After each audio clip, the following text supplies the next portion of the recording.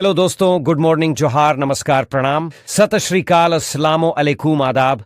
कैसे हैं आप सब? उम्मीद है आप लोग अच्छे होंगे। आज हम हर रोज की तरह फिर से हाजिर हैं झारखंड के तमाम छोटी बड़ी खबरों के साथ।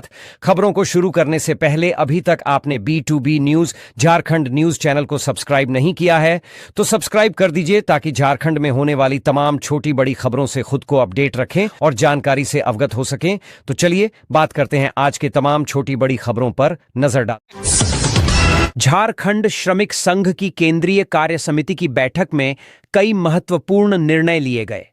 संघ के अध्यक्ष शिबू सोरेन के निर्देश पर बैठक संपन्न हुई। बैठक में आगामी 10वें वार्षिक कार्यकाल के लिए यूनियन के महाधिवेशन की तारीख और अन्य संगठनात्मक फैसले तय किए गए। शिबू सोरेन ने इस संबंध में पत्र जारी कर सभी सदस्यों से तैयारियों में जुटने का आह्वान किया है। मुख्य निर्णय इस प्रकार हैं। 10वां महाधिवेशन 28 जून 2025 को। झारखंड श्रमिक संघ का अगला महाधिवेशन 28 जून 2025 को रांची के कांके रोड स्थित CMPDI रविंद्र भवन में होगा। यह कार्यक्रम सुबह 10 बजे से प्रतिनिधि पंजीकरण और ध्वजारोहण के साथ शुरू होगा। संगठन का पुनर्गठन। बैठक के तत्काल प्रभाव से सभी शाखा, प्रखंड और जिला समितियों को भंग कर दिया गया है। नई समितियों के गठन तक ये कार्यवाहक के रूप में काम करेंगी। नई समितियों का गठन 23 जून 2025 तक पूरा होगा। इसके लिए संयोजक मंडल में फागू बेसरा, संजीव बेदिया, जय नारायण महतो, इकबाल अहमद, पश्चिमी सिंहभूम और शैलेंद्र मेथी शामिल हैं। प्रतिनिधियों की संख्या और शुल्क प्रत्येक जिला समिति से कम 5 और अधिकतम प्रखंडों की संख्या के आधार पर प्रतिनिधि होंगे। प्रत्येक प्रखंड समिति की उपस्थिति अनिवार्य होगी। प्रतिनिधि शुल्क 1000 रुपये निर्धारित किया गया है। महाधिवेशन की तैयारी समिति। 10वें केंद्रीय महाधिवेशन की तैयारी के लिए एक समिति बनाई गई है जिसमें फागू बेसरा, विजय हासदा, संजीव बेदिया, जय नारायण महतो और शैलेंद्र मेथी शामिल हैं। संविधान संशोधन समिति। झारखंड श्रमिक संघ की नियमावली में बदलाव के लिए एक संविधान संशोधन समिति गठित की गई है। इसमें फागू बेसरा, विनोद कुमार पांडेय, जय नारायण महतो और शैलेंद्र मेथी शामिल हैं। ये निर्णय संगठन को मजबूत करने और आगामी महाधिवेशन को सफल बनाने की दिशा में महत्वपूर्ण कदम माने जा रहे हैं। JSSC ने 1373 पदों पर अब माध्यमिक आचार्य हाई स्कूल के लिए नियुक्ति निकली है। राज्य के 510 + 2 हाई स्कूल के लिए नियुक्ति होगी और JSSC ने इसके लिए नियुक्ति प्रक्रिया भी शुरू कर दी है। अभ्यर्थी 18 जून से आयोग की वेबसाइट http://jssc.jharkhand.gov.in पर ऑनलाइन आवेदन कर सकते हैं। बताते चले कि पंजीकरण की अंतिम तारीख 17 जुलाई है। आवेदन के साथ ही आपको फीस भुगतान करना होगा और साथ ही फोटो और हस्ताक्षर भी 21 जुलाई तक अपलोड करना होगा। वहीं ऑनलाइन आवेदन में सुधार के लिए करेक्शन विंडो 23 जुलाई से 25 जुलाई तक खुली रहेगी। हालांकि इसमें भी आप अपना नाम, date of birth, mail ID और मोबाइल नंबर छोड़कर बाकी चीजें सुधार सकते हैं।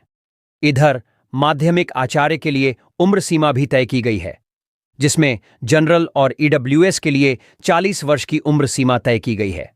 BC 1 और BC 2 के लिए 42 वर्ष, जनरल और OBC महिलाओं के लिए 43 वर्ष, ST के लिए 45 वर्ष, SC के लिए भी 45 वर्ष और दिव्यांगों के लिए अधिकतम आयु में 5 वर्ष की छूट मिलेगी। नियुक्ति के लिए संबंधित विषय में न्यूनतम 50% अंकों के साथ स्नातकोत्तर तथा B.Ed उत्तीर्ण होना जरूरी है। साथ ही OMR और कंप्यूटर आधारित परीक्षा ली जाएगी। वहीं परीक्षा सिर्फ एक चरण में होगी।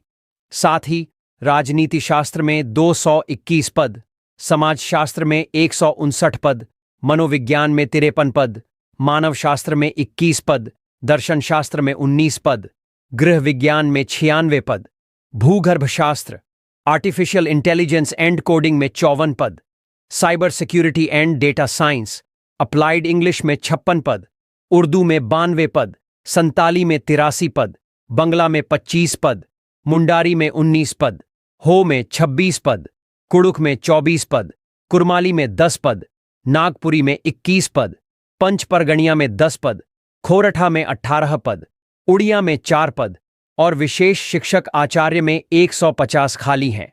ऐसे में बेशक नियुक्ति के लिए बम्पर भर्तियां निकली है, पर राज्य में प्रतियोगी परीक्षाओं का आलम कौन नहीं जानता। पेपर लीक, सीटों की खरीद और बिक्री के बाद भी अगर कुछ सीटें बच जाएं, तो बेशक इस परीक्षा के माध्यम से कई लोगों को रोजगार मिल सकता है। झारखंड में पेसा कानून लागू करने को लेकर कांग्रेस पार्टी मुखर है। प्रदेश कांग्रेस इन दिनों पंचायती राज विभाग द्वारा जारी ड्राफ्ट पर गहन मंथन कर रही है। इसी दिशा में पार्टी ने 11 जून को रांची के गीतांजलि बैंक्वेट हॉल में एक प्रदेश स्तरीय कार्यक्रम आयोजित किया, जिसमें लोगों के विचार जाने गए। इस अवसर पर प्रदेश प्रभारी के राजू, प्रदेश अध्यक्ष केशव महतो कमलेश, पार्टी कोटे के सभी मंत्री, विधायक दल के नेता, उपनेता और जनजातीय समुदाय से जुड़े लोग शामिल हुए। 3 घंटे की कार्यशाला में आए सुझाव। लगभग 3 घंटे तक चली इस कार्यशाला में प्रतिभागियों ने खुलकर अपने विचार रखे और पंचायती राज विभाग द्वारा जारी ड्राफ्ट में संशोधन के सुझाव दिए। पार्टी नेताओं को 20 जून तक अपने लिखित सुझाव प्रदेश कांग्रेस कार्यालय में जमा करने का निर्देश दिया गया। इन सुझावों को एकत्रित कर पेसा नियमावली में संशोधन किया जाएगा। देश का नंबर 1 पेसा कानून बनाने का लक्ष्य प्रदेश कांग्रेस प्रभारी के राजू ने कहा कि पेसा नियमावली ड्राफ्ट में संशोधन कर इसे नए सिरे से तैयार किया जाएगा। इसके लिए सुझाव आमंत्रित किए गए हैं। उन्होंने कहा कि राज्य के अनुसूचित क्षेत्रों में रहने वाले जनजातीय समुदाय की पारंपरिक व्यवस्था और उनकी संस्कृति सभ्यता का संरक्षण इस कानून के माध्यम से होगा। कांग्रेस पार्टी का मानना है कि देर से ही सही ऐसा पेसा कानून बने जो देश में नंबर 1 हो और सभी इसकी सराहना करें। मंत्रियों ने रखी अपनी बात। ग्रामीण विकास एवं पंचायती राज विभाग की मंत्री दीपिका पांडेय सिंह ने कहा कि कार्यशाला में कई महत्वपूर्ण सुझाव आए हैं जिन्हें ध्यान में रखा जाएगा। लिखित सुझावों के लिए भी समय दिया गया है। विभाग का मानना है कि अनुसूचित क्षेत्रों में रहने वाले जनजातीय समुदायों के पारंपरिक तौर तरीकों और रूढ़िगत परंपराओं को संरक्षित करने के लिए सरकार के अन्य सहयोगी दलों के सुझावों के आधार पर कदम उठाए जाएंगे। स्वास्थ्य मंत्री डॉक्टर इरफान अंसारी ने कहा कि झारखंड आदिवासी बहुल राज्य है, जहां उनकी परंपरा और संस्कृति को संरक्षित करने के लिए पेसा कानून लागू करने हेतु सरकार कृतसंकल्पित है। कांग्रेस विधायक दल के नेता प्रदीप यादव ने कहा कि पेसा नियमावली जब कानून का रूप लेगी तो 1996 में बने पेसा एक्ट की मूल भावना के अनुरूप आदिवासियों के रीति रिवाज और परंपराएं संरक्षित होंगी। नियमावली में बदलाव की जरूरत। शिल्पी नेहा तिर्की मंत्री शिल्पी नेहा तिर्की ने पेसा कानून को महत्वपूर्ण बताते हुए इसकी नियमावली में आवश्यक बदलाव की जरूरत पर बल दिया। राजद सुप्रीमो लालू प्रसाद यादव का 78वां जन्मदिन मनाया गया। इस मौके पर राजद प्रदेश कार्यालय में कार्यकर्ता और नेताओं द्वारा 78 पाउंड 35 किलोग्राम का केक काटकर अपने प्रिय नेता का हैप्पी बर्थडे मनाया गया। लालटेन के चित्र के साथ बना यह डिजिटल केक कार्यकर्ताओं के बीच खासा आकर्षण का केंद्र रहा। 11 जून 1948 को गोपालगंज के फुलवरिया गांव में जन्मे लालू प्रसाद यादव सामाजिक न्याय के लिए लड़ने वाले देश के बड़े नेताओं में से एक हैं। उनके जन्मदिन को खास अंदाज में मना रहे राजद नेता और कार्यकर्ताओं ने इस मौके पर मिठाइयां बांटी और केक काटकर उनके दीर्घायु जीवन की कामना की। इस मौके पर राजद नेता कैलाश यादव ने कहा कि वो दीर्घायु हों, ऐसी हम कामना करते हैं। उन्होंने गरीबों, दबे कुचले लोगों को जुबान देने का काम किया है। गरीबों के इस मसीहा के जन्मदिन पर हम लोग बहुत बहुत बधाई देते हैं। उन्होंने कहा कि हमें उम्मीद है कि आने वाले समय में बिहार में सामाजिक न्याय की सरकार बनेगी। चेशायर होम में भी मना लालू प्रसाद का जन्मदिन। लालू प्रसाद यादव के जन्म दिवस पर रांची के चेशायर होम में एक सादगीपूर्ण कार्यक्रम का आयोजन किया गया। इस कार्यक्रम का नेतृत्व युवा राष्ट्रीय जनता दल झारखंड के प्रदेश अध्यक्ष रंजन यादव ने किया। इस अवसर पर चेशायर होम में रह रहे बच्चों के साथ केक काटा गया और उन्हें नाश्ता और पढ़ाई की सामग्री वितरित की गई। कार्यक्रम का उद्देश्य बच्चों के चेहरे पर मुस्कान लाना और शिक्षा के प्रति प्रोत्साहन देना था। इस मौके पर रंजन यादव ने कहा कि राजद परिवार हमेशा समाज के वंचित वर्गों के साथ खड़ा है। हमारे नेता लालू जी ने जो मार्ग दिखाया है, हम उसी विचारधारा को आगे बढ़ा रहे हैं, जहां समाज के हर वर्ग को बराबरी का हक और सम्मान मिले। कार्यक्रम में डॉक्टर मनोज, विजयराम, विक्की यादव, क्षितिज मिश्रा, गुलशन खातून, प्रवीण कुमार, D.K.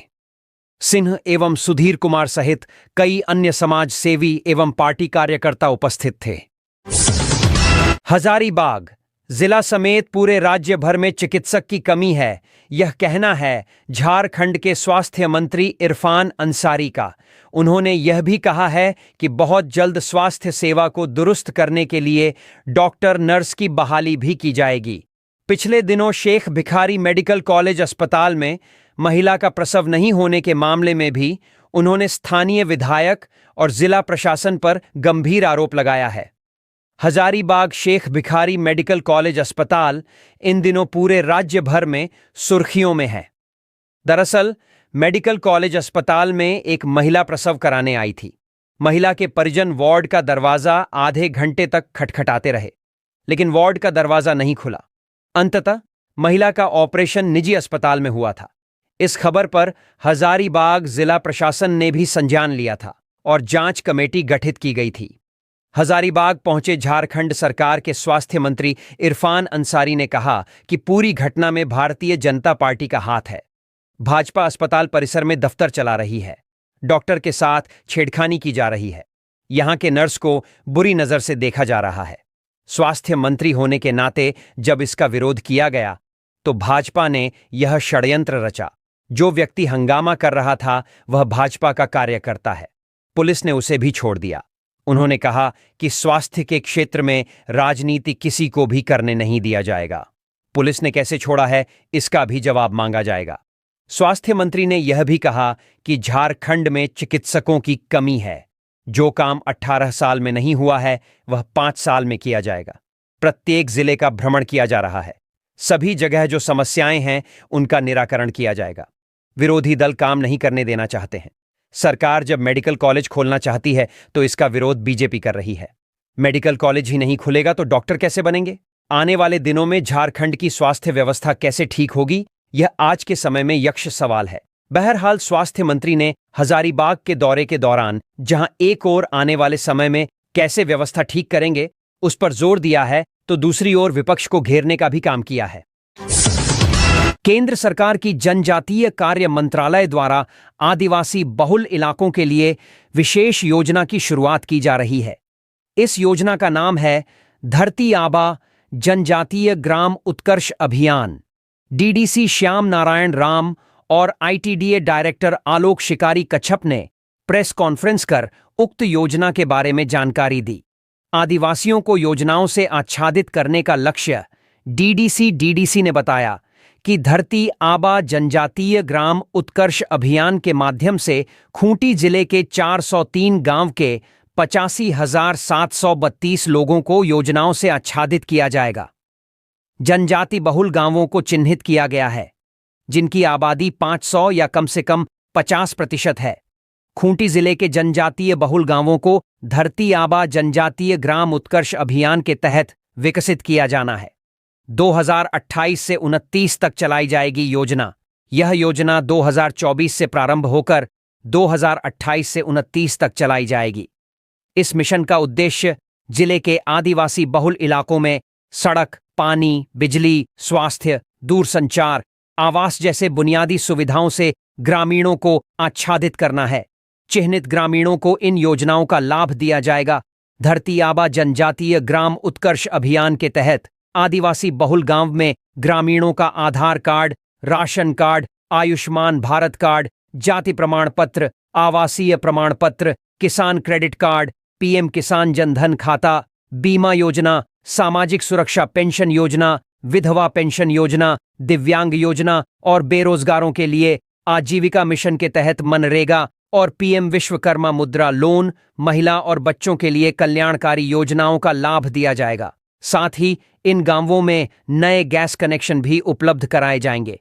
योजना को लेकर 14 जून को कार्यशाला धरती आबा जनजातीय ग्राम उत्कर्ष अभियान को लेकर जिला स्तर पर 14 जून को कार्यशाला आयोजित की जाएगी। साथ ही प्रखंड स्तर पर भी अलग अलग कार्यशाला आयोजित करने का प्लान है। 15 जून से 30 जून तक खूंटी जिला के 403 चयनित गांव में विशेष शिविर का भी आयोजन किया जाएगा। शिविर के माध्यम से चयनित गांव में चलाई जाने वाली केंद्र सरकार की योजनाओं को धरातल पर उतारने का कार्य किया जाएगा। बिरहौर समुदाय को भी दिया जाएगा लाभ। खूंटी जिले के आदिम जनजाति इलाके में भी इन योजनाओं का लाभ बिरहौर समुदाय को दिया जाएगा। इन इलाकों में पीएम जनमन योजना पूर्व से संचालित है। केंद्र सरकार द्वारा संचालित योजनाओं का लाभ जनजातीय बहुल इलाका और आदिम जनजाति इलाकों में बेहतर तरीके से संचालित किया जाएगा। इस संबंध में आईटीडीए आलोक शिकारी कच्छप ने बताया कि बिरहौर कॉलोनी के निवास करने वालों के लिए जल्द ही हाई स्कूल दिया जाएगा ताकि बिरहौर समुदाय के बच्चों की पढ़ाई बाधित न हो। रांची डीसी मंजूनाथ भजंत्री की अध्यक्षता में सदर अस्पताल रांची के सभागार में अस्पताल प्रबंधन समिति की बैठक आयोजित की गई। बैठक का मुख्य उद्देश्य सदर अस्पताल में स्वास्थ्य सेवाओं की गुणवत्ता में सुधार, बुनियादी ढांचे का विकास और मरीजों की सुविधा बढ़ाना था। बैठक में स्वास्थ्य सेवाओं को लेकर कई महत्वपूर्ण निर्णय लिए गए। पीटी स्कैन सेवा की शुरुआत। कैंसर और अन्य गंभीर बीमारियों की जांच के लिए पीटी स्कैन सेवा शुरू होगी। मैमोग्राफी सेवा की शुरुआत। महिलाओं के स्तन कैंसर की जांच के लिए यह सेवा आरंभ होगी। 24 घंटे 7 दिन रेडियोलॉजी सेवाएं, अल्ट्रासाउंड, एक्सरे जैसी सेवाएं अब दिन रात उपलब्ध रहेंगी। ब्लॉक स्तर पर रक्त संग्रह केंद्र, ब्लॉक स्तर पर सेंटर बनेंगे जहां से नमूने सदर अस्पताल भेजे जाएंगे। लीज लाइन कनेक्शन, डिजिटल सुविधा और टेलीमेडिसिन के लिए लीज लाइन जोड़ी जाएगी। ऑडिटोरियम व डाइनिंग एरिया की दर तय। इन सुविधाओं के उपयोग की दरें तय की गईं। मशीनों का एमसी सीएमसी अस्पताल उपकरणों के रखरखाव हेतु वार्षिक अनुबंध लागू किया जाएगा। मानकीकृत रजिस्टर ऑफ प्रारूप। ओपीडीआईपीडी में रिकॉर्ड प्रबंधन के लिए एक जैसे रजिस्टर लागू होंगे। गैर आयुष्मान रोगियों की दरें, सर्जरी के लिए पारदर्शी व किफायती दरें तय की जाएंगी।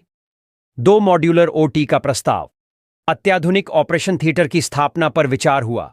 पुराने उपकरण हटेंगे। खराब और अप्रचलित उपकरणों को हटाकर नए उपकरण लाए जाएंगे। नई उपकरण खरीद। अत्याधुनिक चिकित्सा उपकरणों की खरीद को मंजूरी मिली। रोगी कल्याण और अन्य निर्देश। मुफ्त दवा और जांच सेवा। गरीब मरीजों को मुफ्त इलाज की सुविधा को बढ़ावा मिलेगा। एनआईक्यू स्थापना। नवजात शिशुओं के लिए विशेष देखभाल इकाई स्थापित की जाएगी। स्वच्छता और हरियाली पर जोर। अस्पताल परिसर को स्वच्छ और हरा भरा बनाने के निर्देश। डॉग बाइट मामलों पर तैयारी। रेबीज वैक्सीन उपलब्ध कराने और कुत्तों की नसबंदी पर काम होगा। सर्पदंश के लिए तैयारी। बरसात में बढ़ते मामलों को देखते हुए एंटीवेनम स्टॉक सुनिश्चित किया जाएगा। अन्य अहम निर्णय। रोबोटिक सर्जरी पर विचार। भविष्य में जटिल ऑपरेशन के लिए रोबोटिक सर्जरी शुरू की जा सकती है। कर्मचारी प्रशिक्षण व भर्ती। स्टाफ के लिए समय समय पर प्रशिक्षण और रिक्त पदों की शीघ्र भर्ती होगी। कोविड गाइडलाइन का पालन, मास्क, सोशल डिस्टेंसिंग और अन्य नियमों का पालन सुनिश्चित होगा। एनएचएम फंड की योजना। राष्ट्रीय स्वास्थ्य मिशन के फंड के उपयोग की विस्तृत योजना बनेगी। रांची डीसी का संदेश। हर मरीज को समय पर और गुणवत्तापूर्ण स्वास्थ्य सुविधा देना हमारा लक्ष्य है। सदर अस्पताल रांची जिले की जीवन रेखा है और आज की बैठक में लिए गए निर्णय जल्द लागू किए जाएंगे। अगली बैठक में इन निर्णयों की प्रगति की समीक्षा की जाएगी। झारखंड को भारत में खेलों की धरती माना जाता है। यहाँ की मिट्टी ने क्रिकेट, हॉकी, फुटबॉल, बॉक्सिंग और तीरंदाजी जैसे खेलों में कई राष्ट्रीय और अंतर्राष्ट्रीय स्तर के सितारे दिए हैं। चाहे वो महेंद्र सिंह धोनी हो, दीपिका कुमारी या निक्की प्रधान, हर खेल ने झारखंड की पहचान को मजबूत किया है। लेकिन अगर किसी खेल की बात करें जिसमें अब तक झारखंड को बड़ी पहचान नहीं मिली थी, तो वो है जिम्नास्टिक। एक नई शुरुआत, एक नई उम्मीद। जिम्नास्टिक के इस खालीपन को अब भरने जा रहे हैं रांची के लोवाडीह के रहने वाले विकास कुमार गोप, जिन्होंने जिम्नास्टिक में झारखंड का नाम अंतर्राष्ट्रीय पटल पर पहुंचाने की दिशा में पहली बड़ी छलांग लगाई है। विकास का चयन वर्ल्ड जिम्नास्टिक चैंपियनशिप के लिए हुआ है। वे झारखंड के पहले ऐसे खिलाड़ी बन चुके हैं जो इस खेल में भारत का प्रतिनिधित्व करने जा रहे हैं। फिलहाल यह घोषणा नहीं हुई है कि यह प्रतियोगिता कहां और कब आयोजित होगी, लेकिन यह तय है कि विकास ने राष्ट्रीय स्तर की कई प्रतियोगिताएं जीतकर यह टिकट अर्जित किया है। यह सिर्फ व्यक्तिगत सफलता नहीं, बल्कि राज्य के लिए एक इतिहास रचने वाला क्षण है। झारखंड में जिम्नास्टिक जैसी खेल विधा के लिए न तो कभी सही मार्गदर्शन मिला और न ही इस खेल को लेकर बेहतर परंपरा थी और न ही बुनियादी ढांचे को बेहतर करने की कोशिश ही हुई। अंतर्राष्ट्रीय स्तर के इंफ्रास्ट्रक्चर होने के बावजूद जिम्नास्टिक में खिलाड़ी बहुत बेहतर नहीं कर सके, लेकिन विकास ने कभी अपने हालात को अपनी सीमा नहीं बनने दिया। सीमित साधनों के बावजूद उन्होंने अपने हुनर और जुनून को जिंदा रखा। बुनियादी ढांचे का उपयोग कर वह आज वर्ल्ड चैंपियनशिप खेलने के लिए तैयार हुए हैं। बचपन से ही उनका झुकाव योग और शारीरिक गतिविधियों की ओर था। उन्होंने इसी रुचि को अपना मार्ग बना लिया। योग से शुरू हुआ सफर जिम्नास्टिक के पटल तक पहुंचा और अब वर्ल्ड चैंपियनशिप तक पहुंच गया है। 27 वर्षीय विकास कुमार गोप ने रांची विश्वविद्यालय से योग विज्ञान में स्नातकोत्तर पीजी की पढ़ाई की है। इसके बाद उन्होंने NISNIES पटियाला से जिम्नास्टिक में प्रशिक्षण प्राप्त कर झारखंड के पहले खिलाड़ी के रूप में इस प्रतिष्ठित पाठ्यक्रम को पूरा किया। इसके साथ ही वह झारखंड के पहले सर्टिफाइड जिम्नास्टिक कोच भी बने। वर्तमान में वे Jharkhand state sports promotion society JSSPS में कोच की भूमिका निभा रहे हैं और प्रतिभाओं को तलाश और तराश रहे हैं। विकास सिर्फ जिम्नास्टिक के खिलाड़ी नहीं हैं, वे एक बेहतरीन योग स्पोर्ट्स के खिलाड़ी भी हैं। उन्होंने योग में अंतर्राष्ट्रीय स्तर पर स्वर्ण पदक जीता है। वहीं जिम्नास्टिक में उन्होंने 30 से अधिक पदक हासिल किए हैं, जिनमें राष्ट्रीय, राज्य स्तरीय, जिला स्तर और नेशनल स्कूल गेम्स के खिताब शामिल हैं। वे मानते हैं कि योग और जिम्नास्टिक का आपसी तालमेल उन्हें आगे बढ़ने की ताकत देता है। यही वजह है कि वह दोनों विधाओं को साथ लेकर चलना चाहते हैं। विकास का मानना है कि झारखंड में जिम्नास्टिक की संभावनाएं अपार हैं। यहाँ अंतर्राष्ट्रीय स्तर की खेल सुविधाएं हैं, प्लेटफॉर्म है और सबसे अहम बच्चों में प्रतिभा है। ज़रूरत है तो सिर्फ जागरूकता, मार्गदर्शन और सही प्रशिक्षण की। हमारे राज्य के बच्चे बहुत प्रतिभाशाली हैं, बस उन्हें सही दिशा देने की ज़रूरत है। अगर झारखंड से क्रिकेट और हॉकी के सितारे निकल सकते हैं, तो जिम्नास्टिक में भी हम देश को ओलंपिक पदक दिला सकते हैं। विकास जिम्नास्ट कोच से रोल मॉडल बनने तक अब विकास सिर्फ एक खिलाड़ी नहीं, बल्कि रोल मॉडल बन चुके हैं। वे खुद जिम्नास्टिक की ट्रेनिंग कराते हैं, प्रतिभाओं को तैयार करते हैं और साथ ही खुद को भी तराशते रहते हैं। उनका मानना है कि खेल केवल जीतने के लिए नहीं होते, बल्कि समाज बदलने के लिए भी होते हैं। उनकी इस उल्लेखनीय उपलब्धि पर झारखंड जिम्नास्टिक संगठन JSSPS और खेल विभाग के अधिकारियों ने उन्हें शुभकामनाएं दी हैं। जब विकास की चर्चा होती है तो सिर्फ उनके पदकों की वजह से नहीं, बल्कि इसलिए भी कि उन्होंने उस राह को चुना जो कठिन थी, कम जानी पहचानी थी और जिसमें कोई गारंटी नहीं थी। फिर भी उन्होंने हार नहीं मानी। उनकी कहानी हर उस युवा के लिए प्रेरणा है जो सपने देखने से डरते हैं, जो साधनों की कमी को रुकावट मान लेते हैं। बड़े इरादे अडिग संकल्प विकास कुमार गोप की कहानी हमें यह सिखाती है कि सिर्फ बड़ी सुविधाओं से बड़े खिलाड़ी नहीं बनते, बल्कि बड़े इरादों और अडिग संकल्प से बनते हैं।